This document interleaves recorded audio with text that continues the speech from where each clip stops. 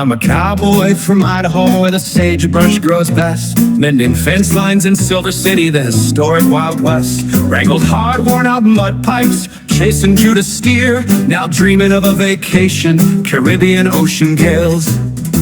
So I logged in Sandals.com with a debit card in hand, paying tenfold a king's ransom, hankering for a warmer land. Booked an overwater suite in Sandals Resort, Barbados. Didn't snoop around to see the usual lower cost.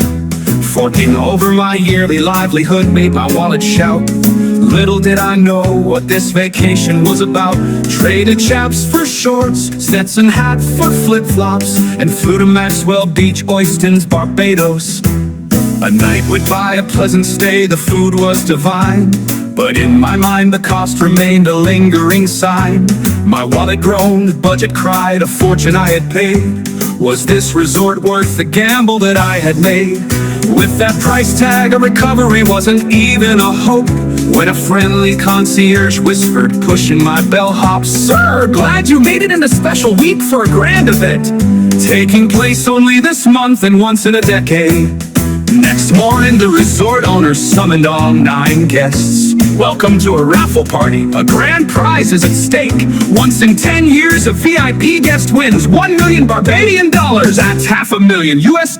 I conversed. "Now fill out your 4 names on the raffle tickets. Toss them into the spinning drum and pray." But a guest muttered, "All 5 women are Judies and all 4 men are Jacks." "Then write down your job titles," was the owner's behest. I wrote Wrangler, one Judy wrote seamstress, the other Judy put cop, another was actress. All raffles were marked, the tickets were properly placed. The tumbler spun smoothly, the air grew thick.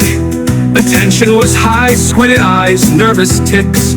The drum stopped spinning, the winning ticket slid out.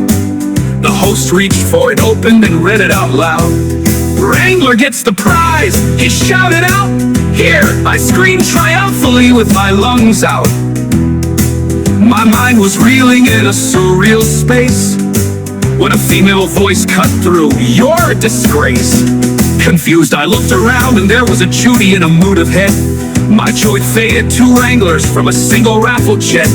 I challenged her, "Lady, you're a tin horn gambler, not a wrangler." She yelled, "There's one thief in this room, that's you, a blackleg swindler." "Really? A wrangler from New Haven, Connecticut? That's me." Her words cut as a laser knife above the board. "Then tell the name of the ranch where you work." "It's not a ranch, Yale University is where I do the job." "In which department of Yale do you wrangle? Groom a horse or adjust a saddle and bridle?" "I am a statistician, silly, a data wrangler." "Degrees of freedom and Shire F tests is my riddle. Testing Cronbach's alpha, so the itemized comparisons work." "Bluff. Alpha is my Appaloosa's name, and my freedom has no degrees, lady, don't bulldoze." "Seems we have 2 winners," the host interrupted. "I need to make validation calls.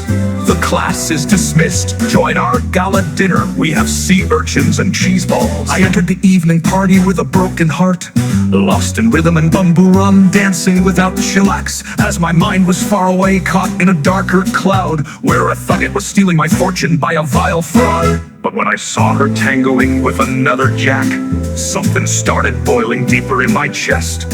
Something bigger than money, a bittersweet verve. She stared me back, fueling my indulgent hate. To tear her jolly composure, I made a calculative move, spotting the younger Judy with a penchant, curious look, pulling her to my chest and kissing her to inflame the wretched smolder. Then caught the devil's droopy eye spying on us from her Jack's shoulder. Next, the thugged Judy minded her revenge way by tangoing toward us, a predatory game, pushing his Jack to kiss my dancing beard Judy, to retaliate, waging a noxious love your hate, hate your love arrow break.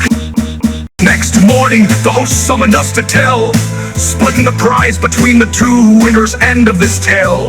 We both turned pale, as it didn't seem fair when a victory is held between an accidental pair. But when our eyes met, we both knew what was next. I kneeled and asked, "Judy, will you marry me?" She screamed yes. From Connecticut to Idaho, I'll follow my fate, as I can't find a cowboy in Yale's ivory world of P-tests.